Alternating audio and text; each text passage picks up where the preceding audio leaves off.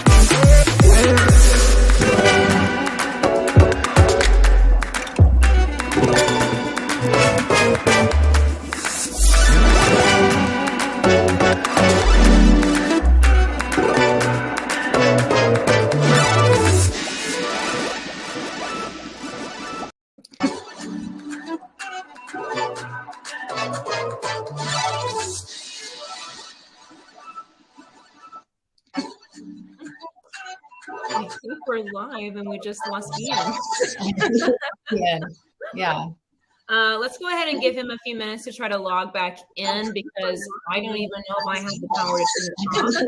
So Yeah. No, we don't. Let's go ahead and give him a few minutes to try to log back in because I don't even know. Are you hearing that echo too? Yeah, there's a big echo. Yeah. No, we don't. See if we can turn it off because that's not going to log back in because I don't even know. Are you hearing that echo too? Yeah, there's a big echo. Yeah. No, we don't. He'll have to end his own broadcast because the echo is too much. Because I don't even know. Hearing it? Yeah, there's a big echo. Yeah. No, we don't. He'll have to end his own broadcast because the echo is too much. Because I don't even know. Yeah, there's a big echo. Yeah. No, we don't. He'll have to end his own broadcast because the echo is too much.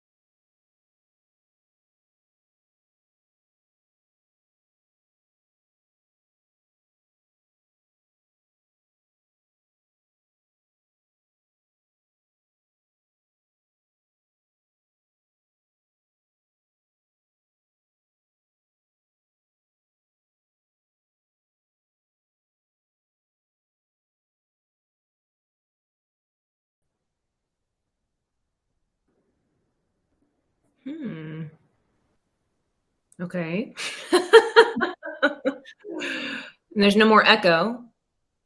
No, I don't hear an echo. Okay. Well, let's just carry on then. Ian says he's going to try to jump in. There's no more echo. There's the Oh, echo. it's back. No, I I don't don't know hear how to echo. turn off the live feed. Well, let's carry on then. Sorry, everybody out there watching. Yeah, so There's no sorry. more echo. There's the echo. We're going to both log off, and Ian has to figure out a way to turn off his live stream. Sorry, everybody out there watching. Yeah, so sorry. We're going to both log off, and Ian has to figure out a way to turn off his live stream. Sorry, everybody out there watching. Yeah, so sorry.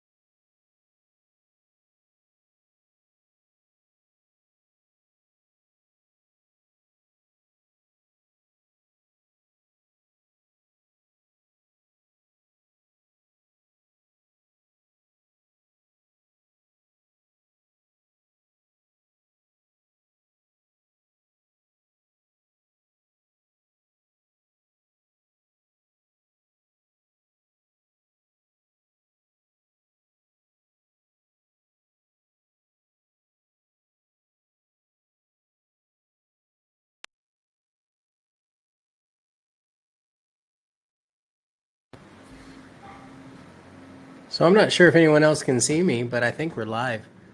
That's really funny. So do me a favor, if you can see me, type in the chat and let me know that it's working, and then hopefully I will. Yes. So do me a favor, if you can see me, type in the chat. It's working. Perfect. And perfect. Yes. So do me a favor, if you can see me, type in the chat.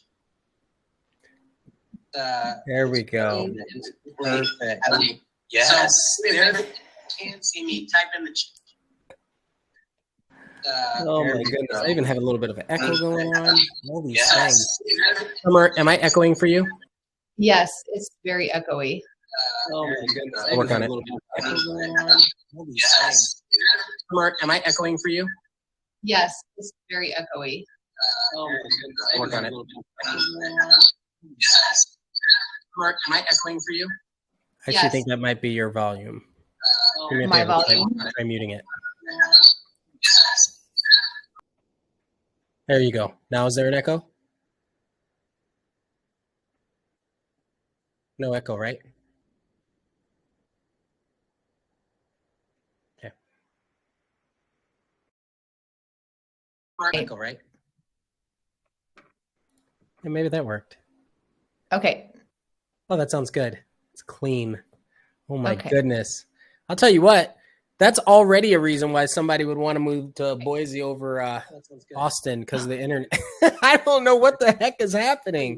I've had this issue for a couple days this week. It's so crazy. Over Austin, because the internet. I don't know what the heck is happening. I've had this issue for a couple days this week. It's so crazy. Austin, because the internet. I don't know what the heck is happening. I've had this issue for a couple days this week. It's so That's crazy. Really funny. This is the show right here. This is it. What the heck is happening? I've had this issue for a couple days. It's circling. This is the show right here. It's on a loop. It's on a loop. Infinity loop. It's great. It's circling. It's on a loop. It's on a loop. Okay, so here's what you got to do. You got to say what you need to say, and then sit back and listen to yourself say it again. It's on a loop. Hi, how are you? How's Boise? Tell us about it a little bit. You got to say what you need to say, and then sit back and listen to yourself say it again. It's just adding. It's like adding and adding to the loop. Hi, how are you? How's Boise? I forget what the musical instrument is, but it's just what's adding. her name? It's Imogen like Heat uses it, and it creates that loops. Like she'll play a riff, play a section of the song, and then press the pedal, and then it'll loop, and it'll keep going. Yeah. And it creates that loops. Like she'll play a riff, play a section of the song, and then press the pedal, and then it'll loop, and it'll keep going. Yeah. And it creates that loops. Like she'll play a riff, play a section. I don't know. And then press the pedal, and then it'll loop. And it'll keep Let me try this. I'm gonna boot you. Hold on. There we go. And then press the pedal. So if I mute you, the echo stops. There you go.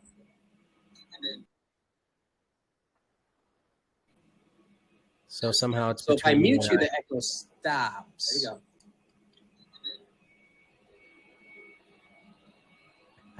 So somehow it's. So if I mute you, the echo. Okay, so what I'm going to do is I've got you muted for the moment. I'm going to ask you a question, and maybe you can come back and respond with the answer to the question. I'm not sure where Randy went. JJ's out of town, everybody. Sorry for the difficulties. It's actually kind of fun, figuring out what the heck is going on with technology, because if we don't have these issues, we'll never get it right. So the first thing I wanted to talk about is we've got Summer on from Boise, Idaho. The reason why is because there was an article somewhere out in the ether that said, Boise appreciated more in 2021. The real estate market appreciated more in 2021 than Austin, Texas. And I was like, whoa. How did that happen? Right? How did that actually happen? And so I wanted to bring Summer on, who has a really cool YouTube channel, and have her kind of explain like what the draw is and how we're similar in a lot of ways to each other. So I'm going to mute my mic for a little bit. And then Summer, if you can just talk a little bit about your city, and then we can go from there. To each other. So I'm going to mute my mic for a little bit, and then Summer, if you can just talk a little bit about your city, and then we can go from there. Okay. To each other. So I'm going to mute my mic for a little bit? Oh, and then Summer, if dang. you just talk a little bit about your city, and then It's still looping everything. Okay. Are you not hearing the loop anymore? Mute my mic for a little bit. Just talk a little bit about your city, and then It's still looping everything. Okay. Are you not hearing the loop anymore? So I actually hear the loop, but when you're muted, I don't. It doesn't keep continuing when you're muted. So I think it might be on your end as far as the speaker selection or the mic selection. Sorry, in the video app. Do you have multiple tabs open?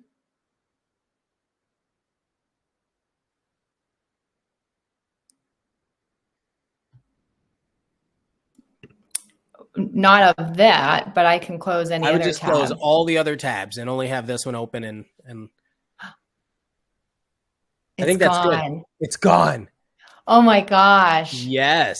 It was one Yeah. of my tabs. I'm so sorry, you guys. No, it's okay. It's okay. You know what? That's crazy. I've done podcasts before, and I had other tabs open, but they weren't playing anything. And those ads will pop up, especially if you go on like KView's website, which is our local news channel. Oh, it's the worst. Yeah. And it just starts playing stuff that has nothing to do with anything. So I'm quickly texting Randy to ask if she can hop back on. But also for you, I was going to say, if you have a chance, why don't you go ahead and tell us a little bit about Boise and why you think it's a competitor to Austin?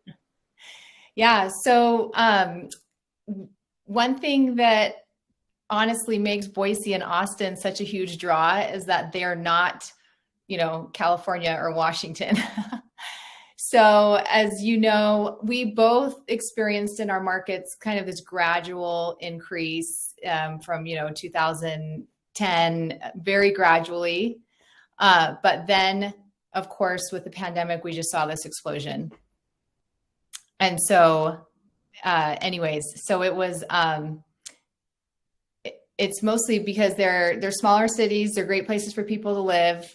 But as we've talked about a little bit, they're kind of choice cities. And so as people have been looking of where to move to, and they're like, okay, well, I'm going to compare Austin, I'm going to compare Boise, I'm going to, compare something in Tennessee, right?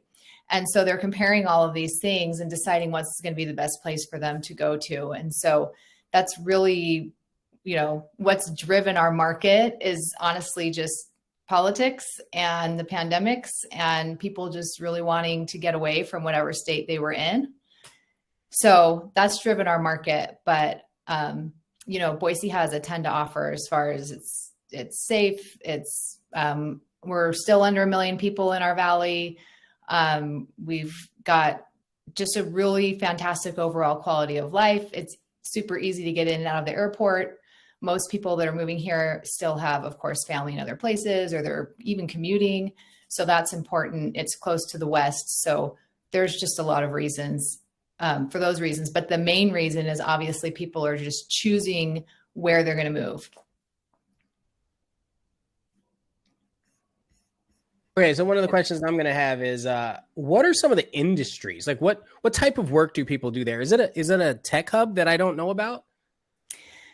Not too much. Our biggest industry is agriculture for the whole state of Idaho. And then Boise is a capital city. So anything that happens with the capital level, the state level, all of those things are here. And then we've got very large headquarters for Simplot, which is potatoes. We have Albertsons. There's a lot of seed companies here and things like that. But then we did have Micron, was one of the largest employers that came here many years ago, as well as HP. So we had that. Now we have like an Amazon warehouse. Facebook is bringing a big data center out to CUNA. So it is starting to grow with some of those things, but we are not really a tech hub. Most people just choose to move here because they like it. And then honestly, the next largest sector of our income besides the agriculture, as well as healthcare, hospitals, and that kind of thing, is privately owned businesses and small businesses. So we're very small business friendly, tons of entrepreneurs, tons of people just moving here and liking it. And if they don't find a job, they just make it work. So that's the bulk of every, of the economy here. Do you know about HEB? I do not know what HEB is. If you ever run into a Texan from this point forward and you don't know what HEB is, I pray for you. I'm just kidding. Okay. I would I would just it's our grocery store. I think you mentioned Albertsons. Yeah. It's like that, but better. And I don't even know Albertsons very well. I'm just messing. So Yeah. I'm gonna tell you something. I think I would have failed geography if someone would have asked me to point out exactly where it was on the map. And I'm looking, and you're a lot further west, a lot closer to Oregon than I assumed for some strange reason. Yeah. Interesting. We can drive to Oregon in an hour. Okay. And what's the climate like right now? Right now, it's all over the place. So our springs are up and down and all around, 80 degrees days and snow. So all over. Right now, we're a little bit cooler and windy, and maybe it's 60 degrees outside. But we have 4 distinct seasons. So we've got a hot summer for a couple months, colder winter with a little bit of snow off and on, really beautiful fall. And our springs are very pretty with all the flowers, but all over the place in the spring. So 4 seasons, but Boise is known for being much warmer. I don't know about warmer, but warmer than the rest of Idaho in the winter. They call it the banana belt of Idaho. So our winter. You're in a valley? It is in a valley. It's called the Treasure Valley. Mm-hmm. And so we've got, as you can see on the map there, all to the north is, and the northeast is just the Rocky Mountains, and it's super rugged wilderness area. And it's fantastic and beautiful. And then as you head to the south, it's the desert and all that Snake River desert recreation area. So that's really great. We're like a 5-hour drive from Yellowstone. And so it's just filled with so much recreation, desert recreation, mountain recreation, rivers, lakes, just all kinds of stuff. So it's really great. It's a gym city like Austin. Is it, would you call it a college town? Do you think it's similar in that regard? Well, not necessarily. Boise itself, possibly just downtown Boise. We've got Boise State. So we actually, that's why my husband and I moved here 20 years ago, was for Boise State for grad school. So, you know, it is a little bit of a college environment, but it's so many kids that go to Boise State live in the area. So it's not like some colleges where a ton of kids come from other areas and then you get a really distinct college town. So it doesn't feel like a college town to me. So this is obviously, we're talking about real estate portfolios or real estate, real property here. So I have a couple questions. One, would you say that it's still going to continue appreciating like it has in the past? If you beat out Austin, that's a pretty high rate of appreciation. Again, the statistics can be changed, played with a little bit, can be manipulated a little bit. But overall, there are people that are saying that it appreciated more. Do you see that trend continuing? And if so, why? So, I mean, it's not going to continue at the rate that we've had. It's just not possible. It's just going to cap out with interest rates and everything. So I think we had that huge appreciation numbers wise. Obviously we discussed and everyone kind of knows why people move to Boise or Austin, but the reason why, and I'm not sure with Austin, but the reason why Boise's increase has been so much is because we started out relatively undervalued for the West. So we were way below talking about the home values.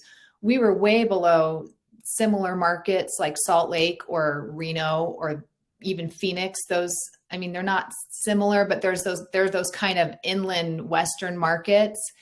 So those are the popular markets people from the West move to when they want to get out of the coastal states.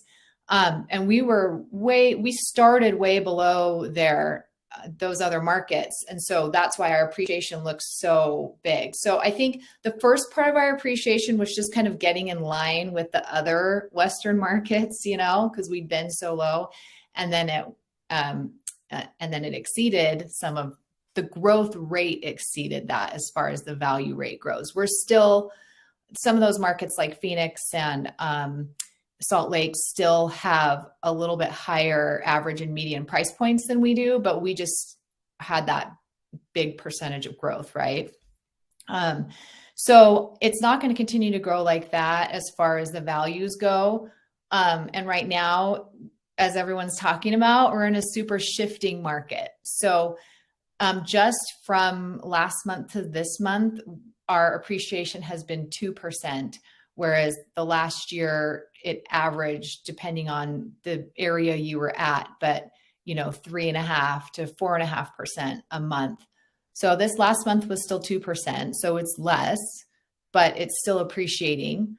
And we're just seeing, and I don't know if you're seeing this, Ian, in your Austin market, we're just seeing this kind of the shift. I don't really know what else to call it, this gap coming between homes that were overpriced and maybe aren't showing very well. They're sitting on the market for a couple of weeks until they get their prices in line. And so they're having price reductions, but then we're having these, homes that are priced well, show well.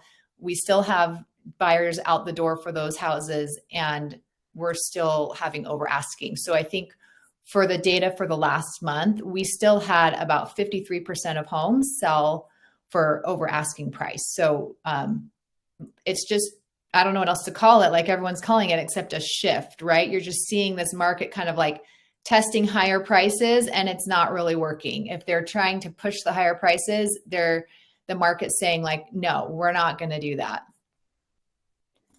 I love that you're still there talking. Thank you. That's exactly what we needed. Okay. So would you say, I don't know if you heard this question, but would you say that you get a lot of spillover traffic from Salt Lake City, Seattle, Portland? Is that kind of how it flows in? Yeah, we're definitely, I think of us as a suburb of all of those cities now, honestly, because we've got people moving here, and a lot of people they're commuting even, and maybe they're 5 years from retirement, but they're like, we've had it in California, so we're going to come, the family's going to be there, and I'm going to commute back and forth. And so because of the whole work from home environment, or people who maybe they're doctors, maybe they're policemen, and they work 2 weeks on, 2 weeks off, because of that whole job setup, people are able to move here and then still keep their salaries from other states, or, commute back and forth. So yes, we're definitely getting spillover from those markets.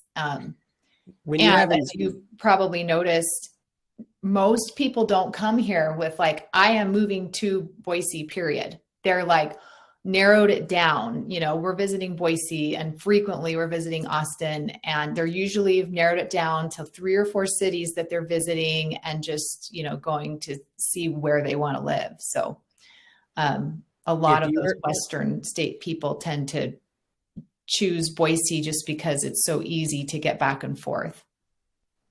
Yeah, that makes a lot of sense. I'm going to ask you a question. I'm going to kind of put you on the spot a little bit. Okay. If you were talking to an investor today, yeah, an investor, let's say they had cash and they had, let's say, $600,000 to throw into the market, would you say Boise or Austin? I would say Boise, and the number one reason would be property taxes. Spit it out. What are they? So our property taxes are about 1% of the assessed value. And then if you are a property manager or you're the landlord, you do not get the $125,000 homeowner's exemption. So if you bought a $600,000 house, it might get assessed at $500,000, and your property taxes would be roughly $4,500 to $5,000 a year. So what about there, Ian? What would your property taxes be as an investor on a $600,000 house? Double what you just said. Yeah. I mean, hold on though. So, okay, they range from 2% of the assessed value to 3% of the assessed value. That's most common. 2.5 is a good average of the assessed value. But then you have properties that are sold off market, and they've had a homestead exemption in there forever, and their assessed value hasn't gone up, and so their property taxes have stayed low. There are all sorts of little tricks. Okay. But overall, if someone comes in and they're buying new or buying resale, and they don't have any tricks up their sleeve, their property taxes are going to be generally, if it's a newer construction home, closer to the 3% mark. Yeah. And if it's a resale home, depending on how old it is, closer to the 2.5 down to 2.2 mark. Okay. And if you get lower than that, you win. Yeah. for the property tax purposes, but it's usually harder and there's more work to it. So yeah.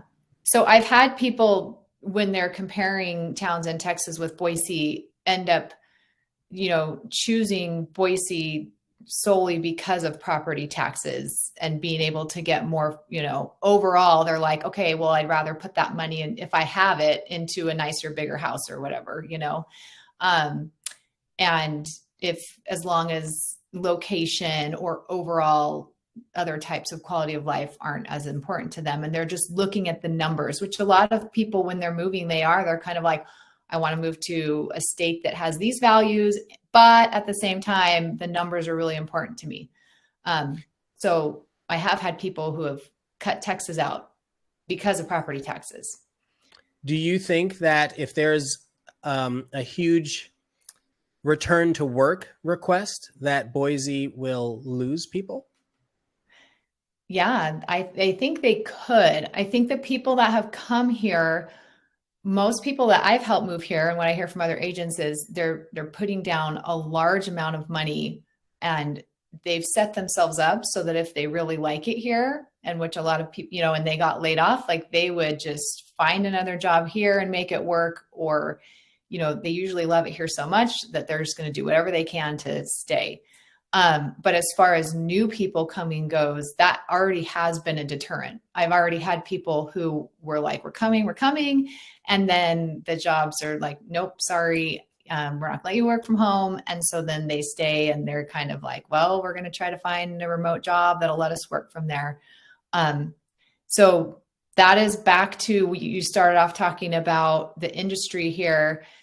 Back to that is a deterrent for people. It's very difficult if people need to find a job in Boise and have an Idaho salary or a Boise paycheck. It's very hard for them to come here and buy here if they have to get that type of salary, unless they have a huge amount of equity in their house and, they're only going to take on like a $200,000 loan, and then, it all works out. But for the most part, anyone who's called me that ends up needing to find a job here first, it hasn't worked out as far as the salaries go.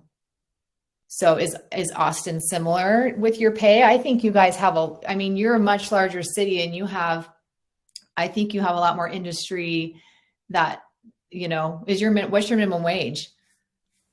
Well, let's not talk about that. Here's the thing. We do have a variety of industries that support the economy here, the local economy. So I think that's kind of a benefit, right? We do have a lot in the tech sector. We have agriculture. We have healthcare. So there's a lot around. We have plenty of customer service oriented. We have a lot of gig economy. Crypto apparently is making a huge splash here. So artists, musicians, those sorts of things. Yeah. So there's a lot that's supporting it. But yeah, there's a huge disparity between the wages, and if the tech sector, for whatever reason, were to leave, oh man, we would be in a bad spot. Yeah. But that's the thing. When these companies, they make their decisions, they're making 20-year decisions. They're not making 5-year decisions. And so I'm interested to see. I actually have a meeting later, a buyer consultation with somebody getting a job at Apple. Great. Like that. That's still, that's still a common hire. Could you do me a favor? Could you show me what like a $500,000 house looks like there so that we can get a feel for it?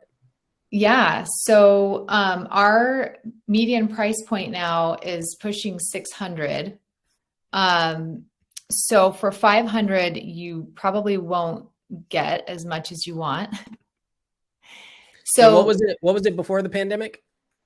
Like in, let's say 2019. Oh, it was in the low threes. Mm-hmm. Our average, our median price point was in the low threes. So we've gone up about 60% in the last 2 years, the median price points. That's and how many people have you gained in the last 2 years? Do you know, like approximate? I'm Yeah. not sure on the numbers exactly. They said that the growth rate has been around like 3%. But I'm not sure on the numbers. That doesn't seem like a lot of people. You must have not had a lot of houses. Maybe don't listen to that number. Maybe that was a different. Oh, There's something else is 3%. It's super dependent on the town too. So didn't have Boise didn't have quite as much growth itself, as far as, like Meridian and Star. So we have a handful of small towns. So like take Star, for example, which it was a very small town, 10,000 people or less, or, many years ago. And then those towns are the ones that have had so much growth. And so in Boise itself, you don't see as many problems of the growth problems as far as like the traffic and all of those things. It's all of those little towns like Star and Kuna and Middleton that just exploded and, didn't have the road infrastructure in place and all that kind of stuff. So that's where you really feel the growth more so than you would if you were in Boise and downtown Boise and things like that. So, if I wanted to buy an investment property in around Boise, just let's say a house, it doesn't have to be an investment. Let's say you wanted to buy a house within 30 minutes of the city. What kind of prices are we looking at? Well, the average, like I said, the median price point for the whole valley is pushing 600. And so, the whole valley. Okay. Yeah. And we've got some markets. There's a town called Eagle where the median price point is pushing $1 million. And mostly because it's just larger homes on larger pieces of property. And then we've got another area, Canyon County, like with Nampa and Caldwell. And the median price point there is closer to 515, 520. Now, you said larger pieces of property. What's larger to you? Like 2 acre lots. There's an area in Eagle where a large majority of the sales are luxury homes, like 4,000 square foot custom homes on 2 acre, not farmy type lots, but like manicured lots with pools and things like that. And so that makes that price point on Eagle's median price point go up a lot because they just don't have very many homes that are 1,800 square foot type homes. But no, if you came, I would say, so I'm trying to, do we want me to, let's see, how do I share my screen? Just do a screen share down at the bottom. Share a window. Okay. So this home is about, can you guys see this? Not yet. Oh. Do you just see us? I just see us. It'll show up on the software down at the bottom when it's shared, and then I can put it up. Oh, I need to share a Chrome tab. Mm-hmm. Nice. Look at all these things I'm learning. Okay. Can you see it now? Nope. That's okay. I'll pull one up. Oh, there it is. It show. Oh, no. It says sharing this tab to wave video, wave.video. Well, just talk about it. What kind of house do you get for that price point? 500,000. Okay. So for that price point for 500, you're going to be looking at like a 1,500 to 1,600 square foot house. It's going to be a home that was built in the 90s, possibly early 2000s. It's going to be a house that has probably not been updated. Occasionally, maybe something around like $499. If something's, maybe 1,500 square feet and been updated somewhat, like with flooring and carpet and granite countertops. And then if it lists around $499, because of those updates, it may push a little bit above 500. So, you're going to get 3-bedroom, 2-bath, 2-car garage, right, 15 to 1,700 square feet and a little bit older. And for somebody putting in an offer on a house like that, how many offers are they going against? And what do those offers look like? So up until about 2 weeks ago, they were going against probably 4 or 5 offers usually. And the offers would be from cash investors, first-time home buyers, downsizers, right? That price point, because that price point is below our median price point. So that's just that sweet spot for that whole group of people. So unfortunately, most often, unfortunately for our first-time home buyers, then the cash offers win. But lately, again, back to that whole shift, it's kind of all over the board. So you'll see homes that have sat there for a weekend and didn't get offers, and they're at a good price point and maybe even 450. And then you see homes still getting multiple offers. So it's just the market's getting pickier, if that makes sense. And that's just another sign that the market's getting more sensitive and it's going to start shifting, and it's starting to really pay attention to these details. It's not just like, hey, I need to get an investment property.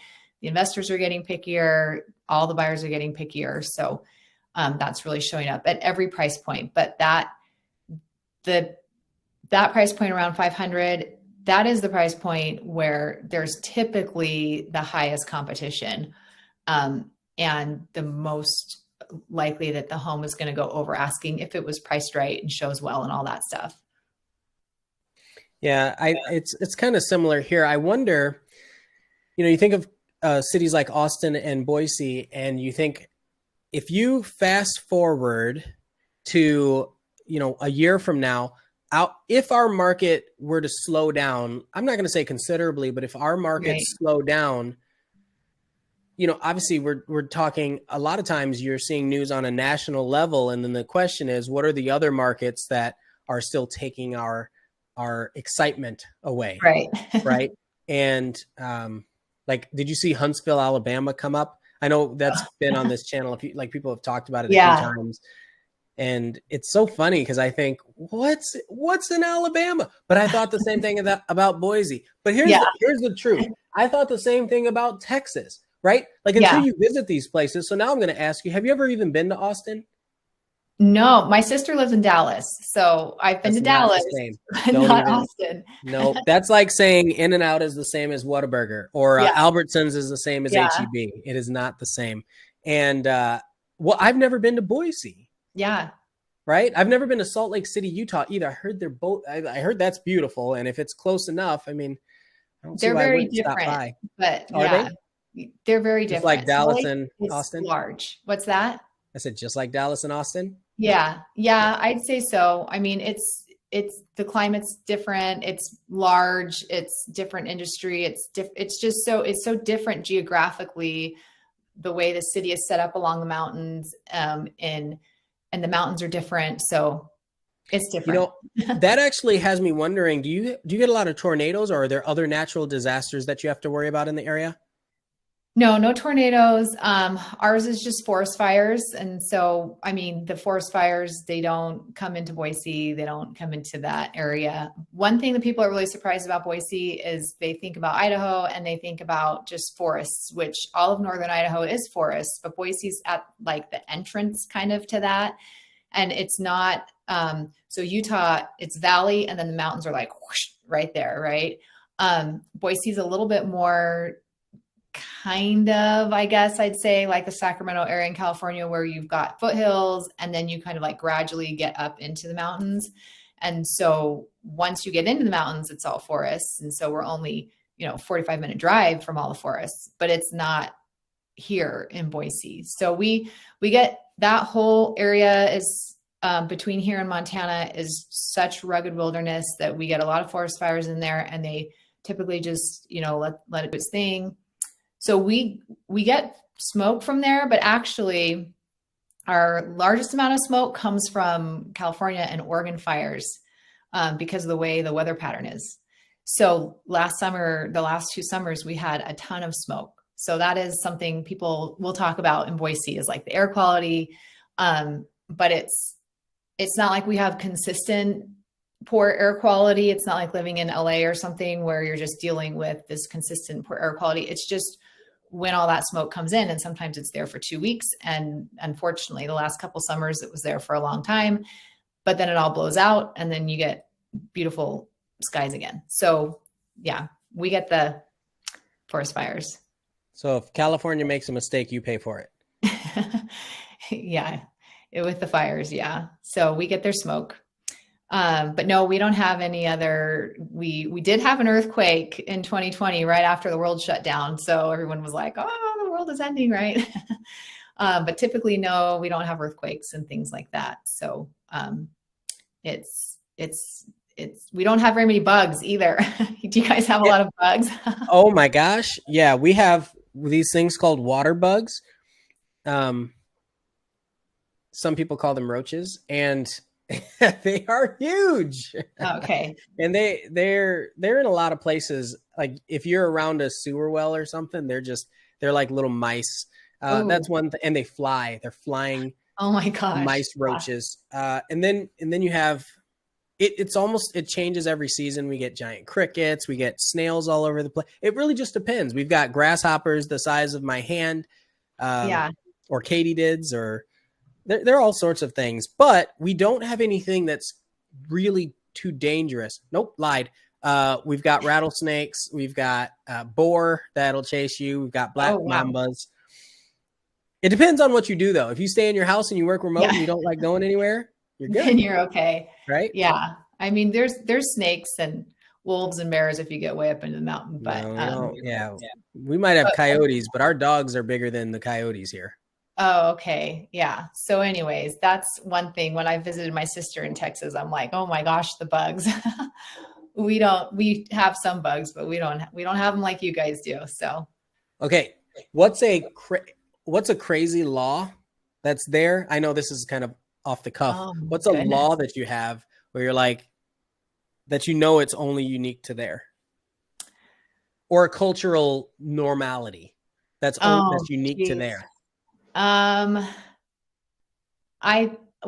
can think of some things that having moved from California here 20 years ago were new to me. I don't think they were necessarily unique. I think there's other towns that have it, but it was just new to me, and just slowing down. And so just a slower pace of life, and even like driving slower, and people being very friendly and waving you through on a turn, or opening the door for you at the store, and waiting, even if you're kind of far back, they're waiting for you and let you through.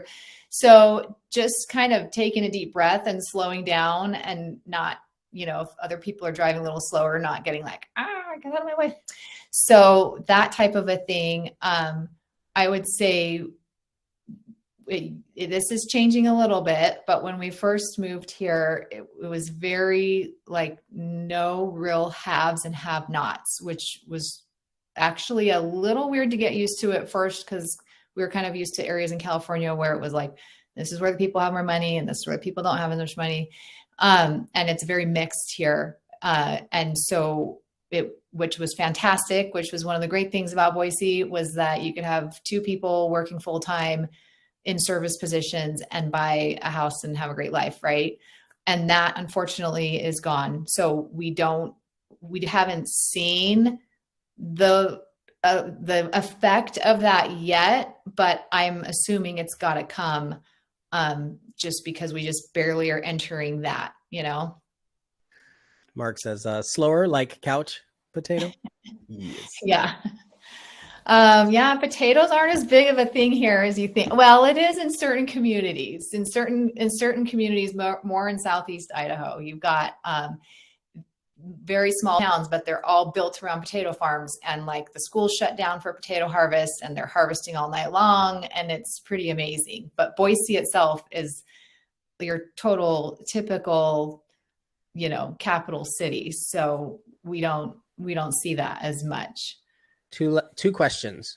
The first question is, do you think Boise is going to be like the California you left 20 years ago? I think we're farther behind them than that. And it's going to be very interesting to see what happens, because having mostly grown up in the Sacramento area, when we moved from LA to Sacramento, it was very similar to Boise. So this was in the 80s, and it was very similar to Boise in size. I think it was under 1 million people. We used to kind of joke about the 3 little buildings and, coming from LA, and we thought it was like this cow town. But then when the Bay Area got so expensive, all these Bay Area people started moving over and commuting, and everything on the face of Sacramento kind of changed according to that. And Boise's similar. We're following that trajectory, but we're more like 30 or 40 years behind that. So we have some limitations as far as actual growth goes, just as far as the mountains. You just can't grow past a certain place there. And then out towards the desert, it's pretty rough conditions out towards the Snake River. There's just certain parameters as far as how big everything can grow. So is that going to make the density more? I mean, they all are already increasing density, and in Boise, especially, really trying to increase housing density there. So it'll be interesting to see what happens, because as you know, with Austin, it's similar. The reasons people are moving now are a little bit different than they used to be. So it's not just like, well, I got a job, family, we're moving, right? You know what I mean? That does still happen, but for the most part, it's like choosing where we want to live because these are the values we want to have. So is that then going to create really interesting pockets of people, right? Like and kind of divide our country even more, right? Because we've got all these people with certain beliefs that decided to move to Idaho, and then the other ones that didn't stayed in this, I don't know. It'll be really interesting to see how it goes. There's definitely some of the California type, I wouldn't say values. I would just say things Californians are used to that have come here to Boise. I think some of them are good, but maybe it's just because of what I'm used to, like more shopping opportunities, more higher end restaurants, just some things like that. But it's just a little early to tell exactly how it's going to go. But I do see our growth trajectory being very similar to that of Sacramento, and be into the millions, right, of people over the next 20 years for sure. Will be well into the million, past the million mark. So I'm curious. This is another thing that I think is a value add for people that are watching this show. So I want to ask, when someone decides to leave Boise, what are the reasons other than I got a new job? Like, what are the deeper motivations for them leaving the area? Yeah, we have had just recently people leave who came like in 2020 and kind of made a really rash decision to come, and then decided to leave because Boise wasn't the place for them or didn't meet their expectation or something like that. But what does that mean? That right there. What is the didn't meet their expectation? What were they expecting that they didn't get?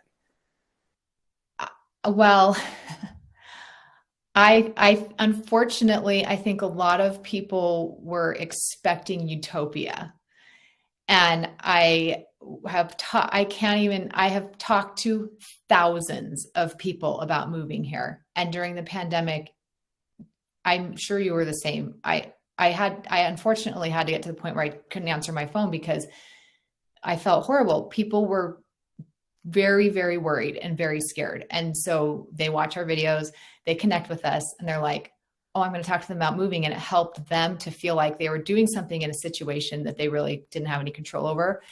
But I learned so much from talking to them, even if they weren't going to be moving here. And it's just like, they wanted to leave their states, but only if they could find this utopia. Like people would say, oh, I want it to be like my hometown was 40 years ago, or things like that. And it's like, well, we do have a lot of amazing things here in Boise. And, I've raised my kids here and it's been fantastic, but it's not utopia. I mean, we have traffic. There's going to be crime here and there.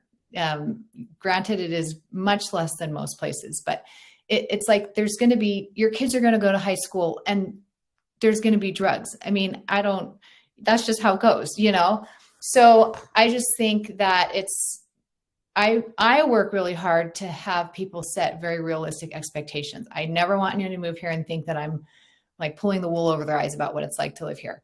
But people get that idea in their head, and it's just like, no matter what we do to help them understand it, it's like, this is how it's supposed to be. So mostly it's been that kind of thing. I've heard about people moving because of the winter. They're like, well, it was just too cold for us. We're going to move to a warmer climate.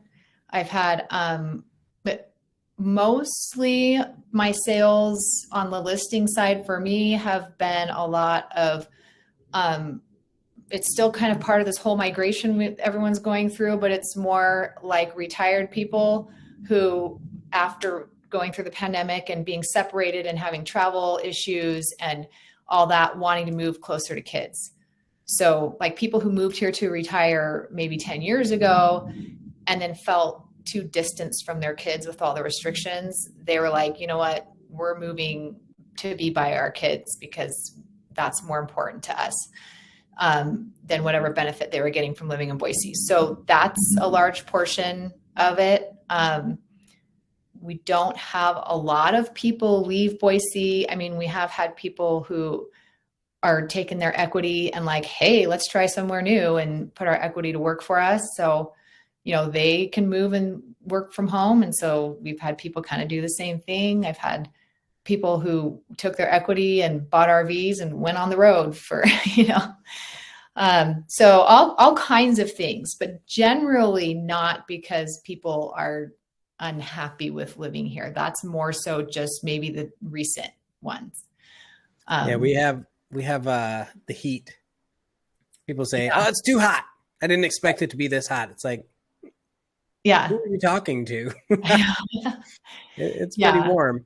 And then, bugs and all that. So that's not really a reason. I think also I hear a lot of people talking about, I do hear people talking about property taxes, specifically property taxes, but also just the increase in appreciation, especially people that wanted to come and buy something, buy cheap houses, use those as investments, and then they can't. Yeah.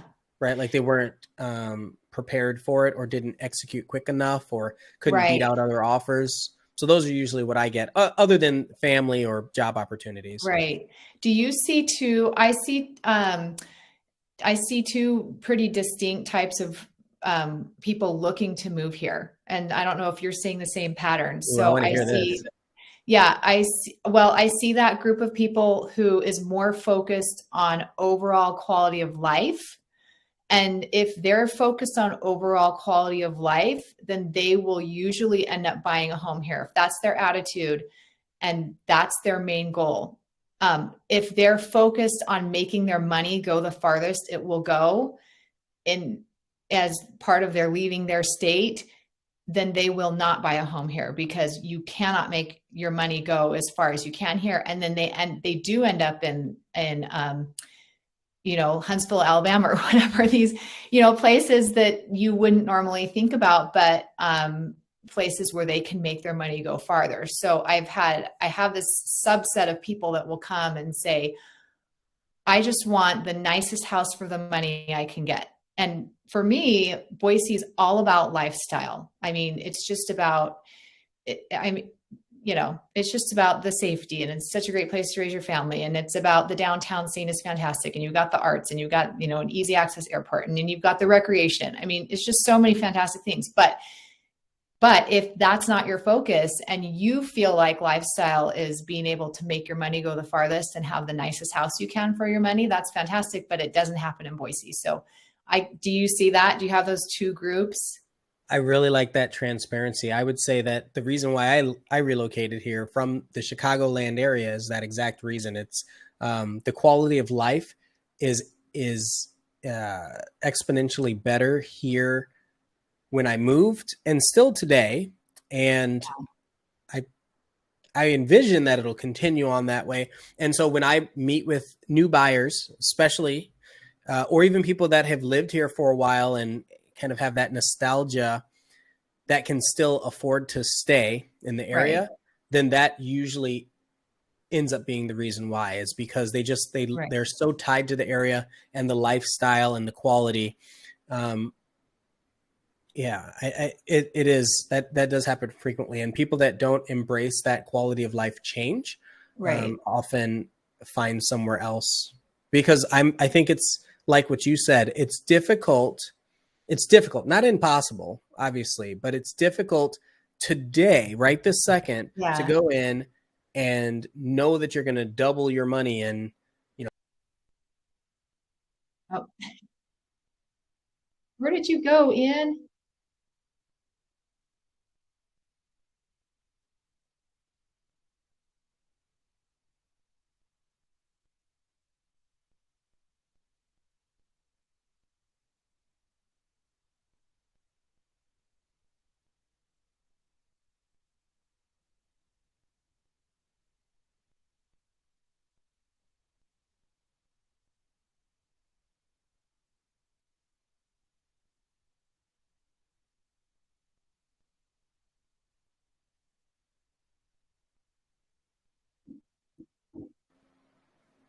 Oh, there you are. What is happening? I was just waiting for you. Where'd you go? Oh my goodness. So yeah, I think that Austin still has a lot of room to grow, both as a city allowing more population in. That's Yeah. definitely a consideration. We're not really landlocked in, three different directions. Yeah. So we still have such a mass of land and opportunity for growth there, and housing developments and everything. So as long as people are still drawn to the area, which I imagine they would be, as long as it doesn't hit, Bay Area prices anytime soon, then I could see it. And even then, I think for a long while, it'll be really close, even if it does start hitting that level of pricing. So let me ask you about that possible projection, just because I know that I think that we are definitely heading towards a recession overall in our economy. And I do think that, our housing market's going to be like kind of all over the place. I don't think, for many reasons, that we're going to crash. I think we're just going to adjust, right? But let's say that we adjust and then we go on a more even trajectory of, 2% increase every month or 1% increase every month or something. I can see a interesting possibility where markets like Boise and Austin do end up getting higher priced, just because of the drive for people to not live in places like the Bay Area and have that better quality of life. So we talked a little bit about value before, and we've had articles that are like, Boise's the most overvalued market, there is. And it's interesting to me, that word value, because value is not synonymous with price, right? And value, no. I just think the people have spoken through the housing prices what they value. They value what you can get in Austin. They value what you can get in Boise. And if they didn't, they wouldn't be willing to pay those prices. So what's going on that's causing them to value it so much here that they're willing to do that? It's an interesting concept to think that possibly our little markets in Austin and Boise could randomly get even more expensive just because of that value proposition for people, which will totally depend on politics in the other states. It absolutely will. I think I like what John said. It really sounds like Boise is the Austin of the West. And I think I agree with that. It's still smaller. One draw that Austin had is the Austin area has, greater Austin, is that we have so many colleges, right? We have multiple colleges and UT. And so because it's a college town, it's really, I saw that John said that it's only 98 degrees here right now, which I think it's 62 where you're at.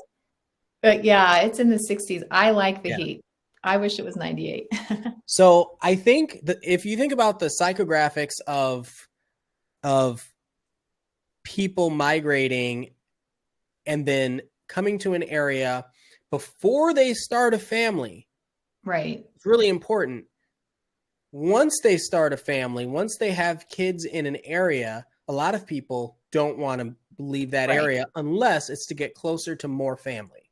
Right. And so I think a lot of people that are coming to Austin come here and they're dinks and may not have any intention to start a family, or they're, young and single and aren't thinking that way. Now, if they end up having families, having kids, and taking root, it's really the taking root part. How many people have relocated and taking root happens, whether intentionally or not, and then that causes a population of people to stick.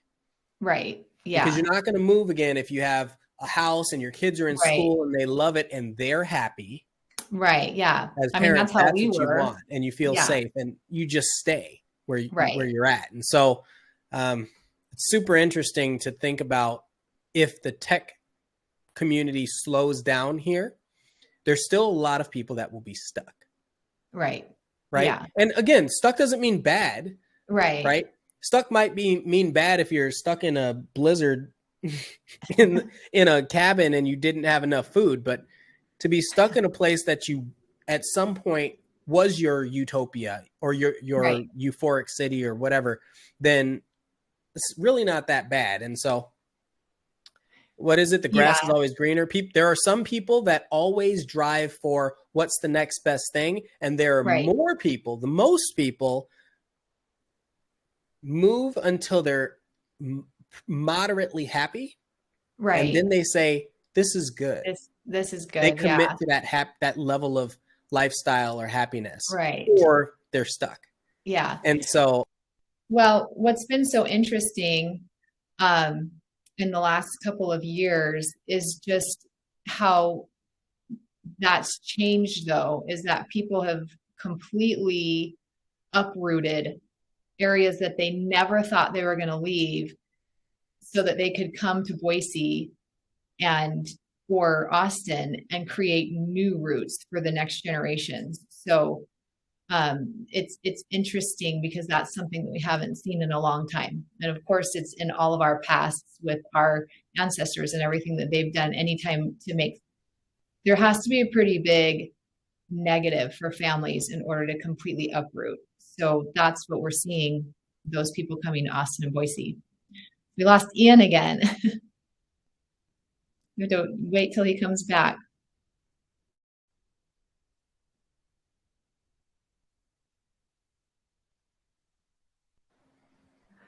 There you are.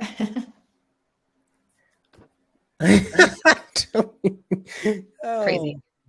Yeah. So, okay. I mean, we've talked for a long time. Yeah. I'm so sorry, everybody, for the technical difficulties. I'm sorry to you, Summer, for coming, dropping in and out. And that's okay. JJ had he's traveling. He's in Vegas right now, probably shopping for an investment opportunity. I'm just kidding. I don't know. Randy, she was kicked off of the thing, and she was like, it's just too much. Yeah. She's going to go get her kids. So anyway, I appreciate you taking the time with me. Is there anything that you'd like to give as like a parting wisdom for people that are considering Boise? And then also, if someone wanted to get in touch with you, how would they do that? I'd say parting wisdom, just really think about your reasons for moving. And if you can afford it, don't let the fact that Boise has gone up so much in price or something like that deter you if you need to make a change for your family, right? Like I've had that situation where people wanted that quality of life plus to come out with a ton of extra money. And having moved here 20 years ago and raised my kids here, I just cannot emphasize enough how good the quality of life here is compared to where I grew up and had helicopters telling us to get in the house because some car chase was going on, or you know what I'm saying? Just things like that. It's just such a great place to live. So in my mind, if you can afford it, it's worth it. And then to get a hold of me, you can go to my website, summeraustinrealestate.com, Instagram at summeraustinrealestate, my YouTube channel, Summer Austin Real Estate. So lots of ways to get a hold of me if you want to talk about Boise and any real estate things that way. Also, just as far with Ian as well, we're just going to keep our eyes on the market. It's really shifting right now. It's changing a lot. And it's going to be an interesting ride for the next little while. I like roller coasters. Yep. I mean, I think a lot of people do. That's why they go to Six Flags and Disney Life would be World and all boring that. without it. People love that fear and excitement kind of culmination of the two together. Yeah. You know, that's what gives you life, I think. Yep. You always want to win, right? But that's why Yeah. we watch movies and TV shows that take us out of our world. And there's always a hero of the story. Yeah. We just want to be that hero. I like that John said we moved from Seattle. All of our friends told us that we could get homes around 200,000 still. It's funny because that's exactly what one of my friends told me before we came here back in 2015. The thing is, we did, right? Like you could do it. It's just right. You had to work hard. So anyway, thank you so much, Summer. Thank you, everybody. Yes. We had one more question down there. It says, should I sell my house in Austin and move to Boise? I'd say, sure. Call Ian to have him sell your house and call me to help you move to Boise. If he's serious, but I doubt it. I think you should visit first and then you'll stay. I'm just kidding. I know. I need to I don't know. I have to come to Boise. I will come to, I'm not going to. There's good mountain biking. Don't you mountain bike? I do. I love it. Oh, we have tons of mountain biking.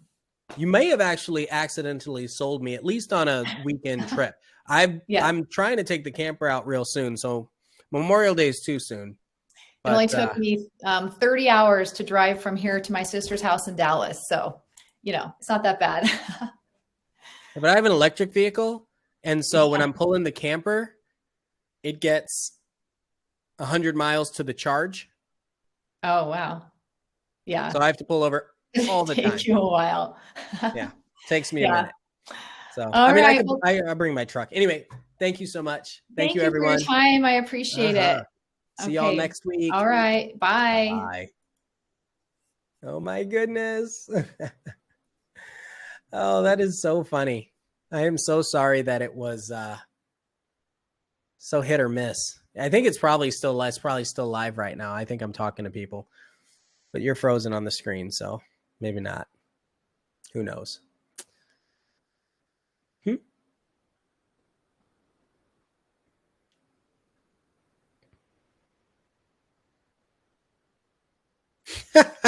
It's still live.